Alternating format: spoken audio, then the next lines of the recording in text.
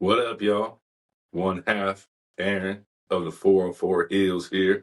We doing a quick reaction, and then I'm gonna get my 3 ups, my 3 downs for SmackDown that just aired tonight. Let me tell you, it wasn't a lot of downs, but there was some. It was a lot of ups. The first up we got is gonna be Jimmy Uso. And guess what? He comes out to no booze. Instant baby face yet again.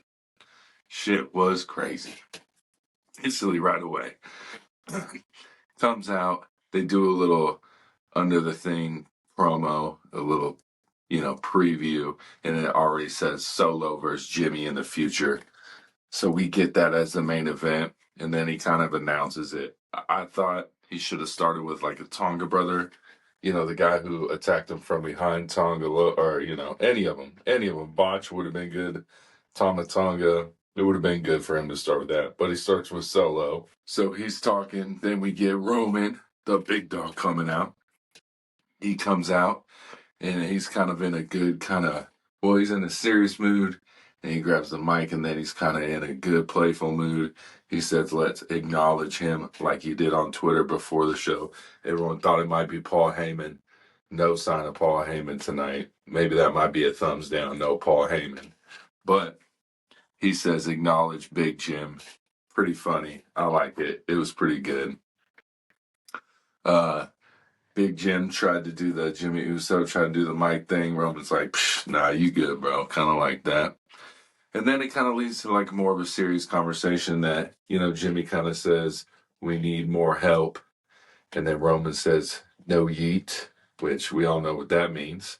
And then we kind of get moving along, and Jimmy kind of says, no one in the family acknowledges you anymore except for me. So then Jimmy kind of walks out the ring. We're going to go from there. But yeah, no yeet, no wise man. And then Roman also made a comment too, and he said he's not a wise man yet. So keep that in mind. Wise man yet. I don't know what it means. No one knows what it means. Shit, we still don't know what MFT is when Solo called Tama Tonga that when he first showed up. Wasn't it like, you're my MFT? We didn't even get an answer to that. We don't know what that is.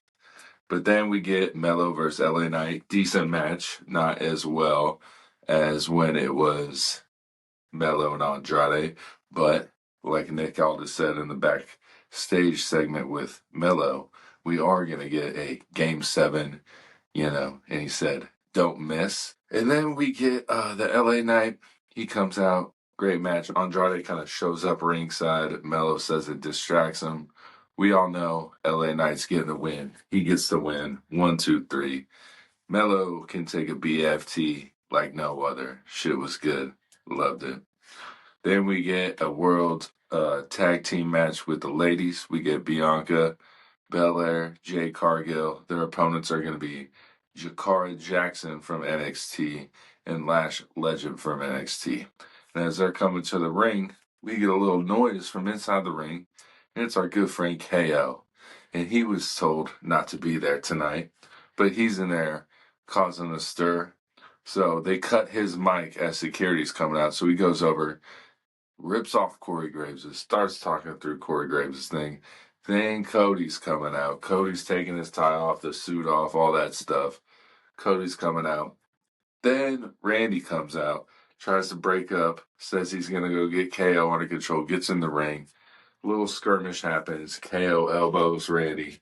Randy then in turn elbows him in the face. We don't know if KO thought he was hitting him, didn't know he was hitting, knew he was hitting him.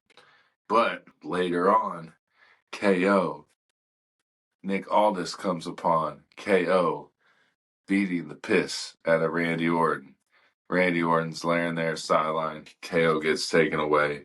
Maddox comes. Security comes. We don't know what's happening. KO snapped on his only 2 friends. We like heel KO here, so I'm really excited to see where this goes. Really pumped. But we get the Jakara Jackson versus Lash Legend versus Bianca and Jade. And I circled the winner before the match even started. We all knew it was going to be a Bianca and Jade. I will say a lot of people are complaining that Bianca is like getting put to the back burner because she's on a tag team and stuff like that. And I honestly think she's the only one that can sustain being on somewhat of a back burner, being a tag team champ when you were the big dog before, because her crowd pop is still huge.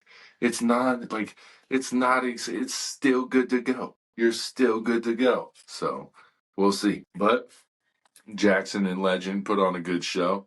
But obviously, they bring in Jade real quick right after. Bing, bang, boom. Finished. Done. They do their little DDT back suplex thing. Jade gets a pin. It's over. Not to mention Chelsea and Piper Niven were ringside during this. And, just, back and forth with that.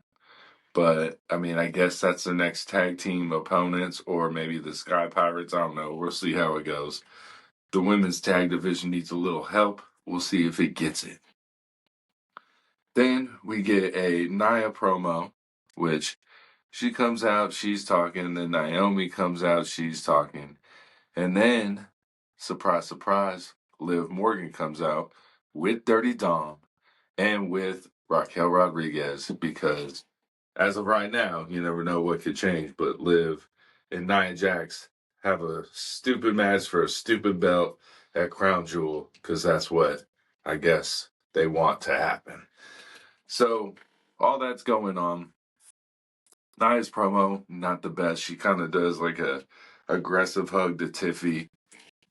It's okay, I guess.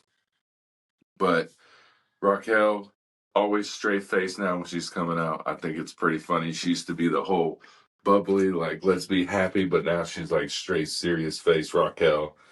Liv and Dom kind of sick. Corey Graves makes some jokes about the hair, the mustache, all that good stuff. Liv actually costs Nia Jax the match by hitting her while she's on the turnbuckle with Tiffy's briefcase. Naomi actually gets the pin 1, 2, 3. So in the last 2 weeks, Naomi, in the last couple of weeks, she got a help pin with Bayley on Nia Jax. Then she got a win over Miss Money of the Bank, Tiffy. And then she just gets another pin over Nia Jax. Pretty crazy run right now, but nothing to show for it. I don't even think she'll get a title shot, honestly. But maybe she will, maybe she won't. She probably will now that she got it, but it'll be like on, another episode of SmackDown or whatever. But as Liv, Dirty Dom, and Raquel are backing up, surprise, surprise, Mommy's music hits. Rhea Ripley comes out, attacks Raquel Rodriguez, kind of sends Liv into the ring. Damn, I don't know why I couldn't think of that. Into the ring, and she kind of gets grabbed by Nia. Rhea hits Nia. Chaos ensues. It's pretty good. Surprised to see Rhea there. It was a great excitement. It was a great episode of Raw. And then, right after that, I already talked about it, but we get the KO beating Randy's ass. So that was pretty entertaining. And then we get Solo versus Jimmy. And surprise, I keep putting my thumb up, so it keeps doing that. My bad. It's kind of, like I said, it's Jimmy doesn't get the win. Solo does, because you got to have Solo and the bloodline kind of go higher. But I think they could have had Jimmy at least get his first win back against one of the Tonga brothers, and then still had Solo in them and Jacob jump in, whoop their ass, all that good stuff. But we get Roman. He comes out. He handles his business. He's taking them down, but, it's just 4-on-2. It's a little overwhelming. Everyone's yelling yeet, but I know he ain't coming yet. They need to have that conversation. But Roman, Samoan spiked, all that good stuff. He's left hurt. Jimmy at the end. He's at the end. I wrote it down. He's saying, we need him. We need him. I think they're going to need more than just Jay. They're going to need someone else, but we'll see. But that's my SmackDown. Just quick reaction. Wanted to hit it quick. See what y'all think. Like, comment, subscribe, share. Let me know, y'all. Peace.